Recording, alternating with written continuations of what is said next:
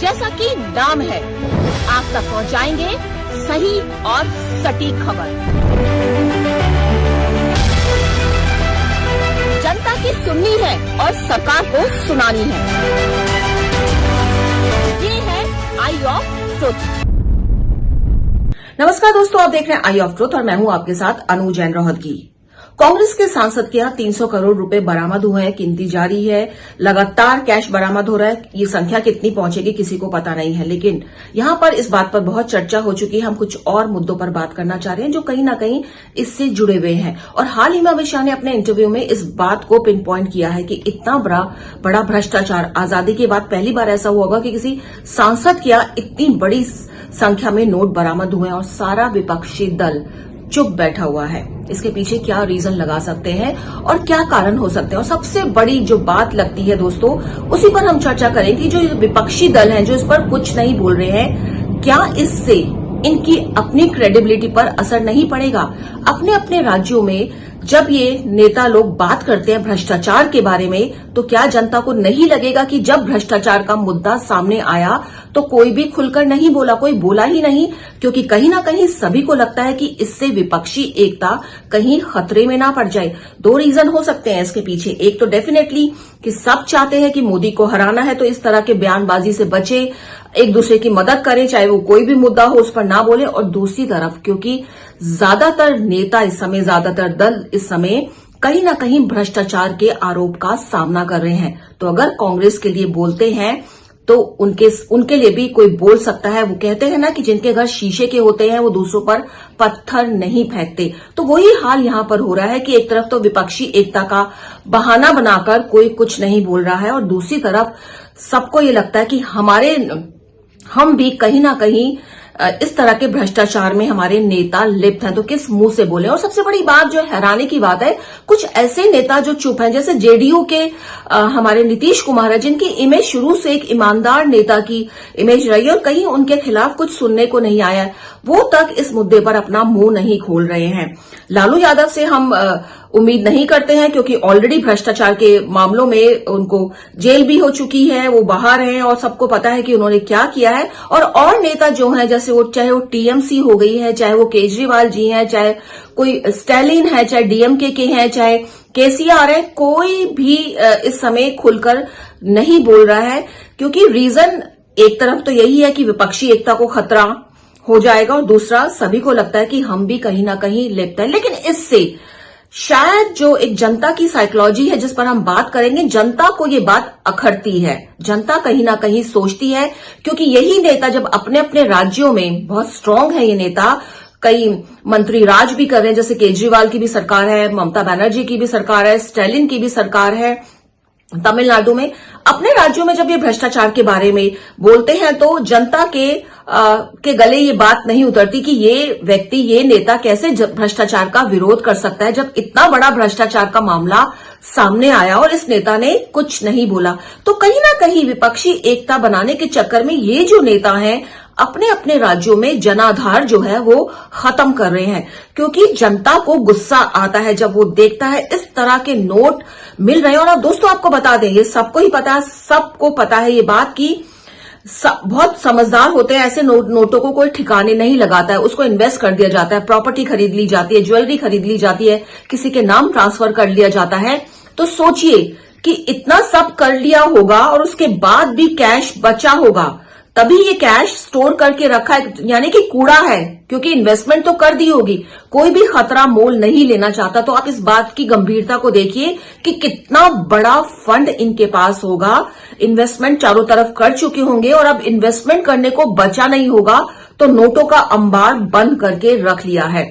और जनता इस बात को समझती है, वो उसको पता है कि नेता आजकल के बहुत स्मार्ट है, कोई भी कलेक्शन घर में नहीं रखता, इतना बड़ा कलेक्शन रखा है घर में कलेक्शन करके, तो बाकी इन्वेस्टमेंट कर चुके हैं ये बात है। दूसरी बात, एक तो हो गई भ्रष्टाचार की बात जिसपे विपक्षी दल कुछ नहीं बोला। अपराध की भी बात करें तो उसमें भी कहीं ना कहीं अटपटा लगता है।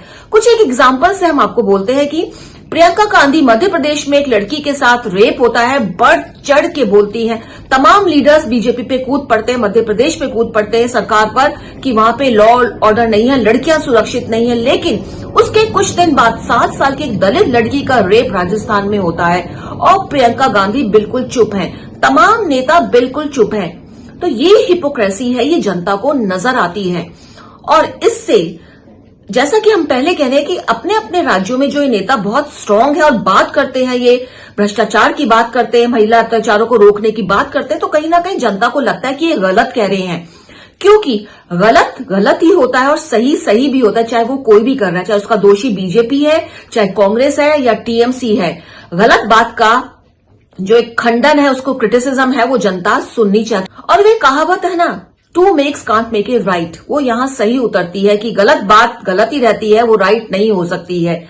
कहीं भी आपको गलत बात को क्रिटिसाइज करना ही पड़ेगा। यही बात अगर हम धर्म की ले लें कि राजस्थान में एक 18-19 साल के मोमडन युवक की हत्या हो जाती है और सब चुप बैठे हैं, हशप करने की कोशिश कर रहे हैं उस मामले को। यही चीज यूपी में हो जाती है, गुजरात में हो जाती है, तो पूरा विपक्षी दल खड़ा हो जाता है कि क्या हो रहा है, माइनॉरिटीज के साथ अत्याचार हो रहा है। तो दोस्तों यहां ये बात देखने की है, क्या माइनॉरिटीज को पता नहीं है कि किस तरह की हिपोक्रेसी कर रहे हैं। अपने राज्य में माइनॉरिटीज के साथ अत्याचार होता है तो आप चुप बैठे हैं। ममता बनर्जी चुप रहती है, बंगाल में, पश्चिम बंगाल में हिंदुओं के साथ बुरा होता है, उनके घर जला दिए जाते हैं, लेकिन ममता बनर्जी चीख चीख के बोलती है। अगर यूपी में कुछ हो जाता है, जम्मू और कश्मीर में कुछ हो जाता है, तो वो चीख चीख के बोलती है, कहती है कि बीजेपी की राज में ऐसा हो रहा है। और ये हिपोक्रेसी जो है, जो गलत बात को गलत ना करना, हर किसी को पॉलिटिसाइज करना, राजनीति करना, ये जनता देखती है दोस्तों।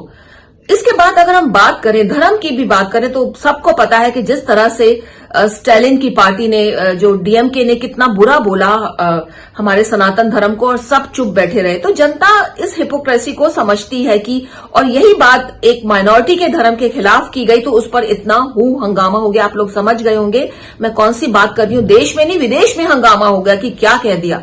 लेकिन अपने धर्म के बारे में कुछ होता है तो सारे दल खामोश बैठते हैं। इक्का दुक्का कोई सामने आता है, संजय राउत जैसे जो इतना बढ़ चढ़ के बोलते हैं, वो कुछ नहीं बोल पाते हैं। हिपोक्रेसी है। मोदी को जो गालियां दी जाती हैं कोई नहीं बोलता है, लेकिन हाँ ये जरूर बोलते हैं कि मोदी ने भी तो ऐसा बोला है। भाई जैसा कि हम कह रहे हैं कि बार बार कह रहे हैं कि two wrongs can't make a right. Modi ने गलत किया है, आप उसका एग्जाम्पल देके खुद गलत नहीं कर सकते हैं। आप इस तरह से खुलेआम बिलो द बेल्ट गाली नहीं दे सकते हैं देश के प्रधानमंत्री को। ये बात जनता को सुहाती नहीं है। और मोदी अगर गलत बोलते हैं तो जनता उसको भी एक्सेप्ट नहीं करती है, क्योंकि उसको पता है पीएम पद की गरिमा क्या है। ये साइकोलॉजी है, ये लोगों को हमारे नेताओं को समझनी पड़ेगी, और खास तौर पे उन दलों को समझनी पड़ेगी जो विपक्षी दल में बैठे हुए हैं और अपने राज्यों में जिनकी पूरी पकड़ है। ऐसा करके अगर वो गलत को गलत नहीं बोलते हैं तो अपने राज्यों में उनकी पकड़ ढीली होगी। ये बात वो जान ले। आने वाले समय में विधानसभा में चुनाव होंगे, उनको पता चलेगा। और जैसे कि 3 चुनावों में कांग्रेस को एक लेसन मिल गया कि जो उसने किया, और उसने गलत को गलत नहीं कहा, सही, और कुछ गलत बातें करी जिसको जनता ने स्वीकार नहीं किया। तो ये बात है कि अगर विपक्षी दल को अपनी एकता बनानी है तो गलत को गलत कहें, चाहे किसी ने भी किया है। इससे जनता उनके खिलाफ नहीं होगी, उनकी एकता पर भी कोई असर नहीं आएगा, बल्कि और स्ट्रांग बनेगी, क्योंकि लोगों को लगेगा कि सब दलों के अपने प्रिंसिपल्स हैं। लेकिन हाँ, वो मिलकर लड़ाई लड़ना चाहते हैं, वो एक अलग बात है, एक अलग मुद्दा है। दोस्तों बहुत ही इंपॉर्टेंट इशू था ये, और मुझे लगा कि इस पर बात करनी बहुत जरूरी है। उम्मीद है हमारा ये प्रोग्राम आपको पसंद आया होगा, और कुछ कोशिश रहती है कुछ हटकर जनता की क्योंकि जनता के बीच में रहते हैं, जनता से बहुत बात करते हैं, उनकी साइकोलॉजी समझते हैं, और उसके बाद ये सब लेकर के हम आपके सामने आते हैं। तो ये जान ले, ये हमारी आवाज नहीं है, ये जनता जो सोचती है उसकी आवाज है। आप देखते रहिए, बने रहिए हमारे चैनल के साथ, आई ऑफ ट्रुथ के साथ, और इसको ज्यादा से ज्यादा सब्सक्राइब कीजिए, ज्वाइन कीजिए। हमारे चैनल आई ऑफ ट्रुथ को सब्सक्राइब कीजिए यूट्यूब पर, इसे फॉलो कीजिए फेसबुक पर, इंस्टाग्राम पर, ट्विटर पर और कू पर। हमारे चैनल के बारे में फीडबैक देने के लिए हमें मेल कीजिए ioftruth.6@gmail.com पर।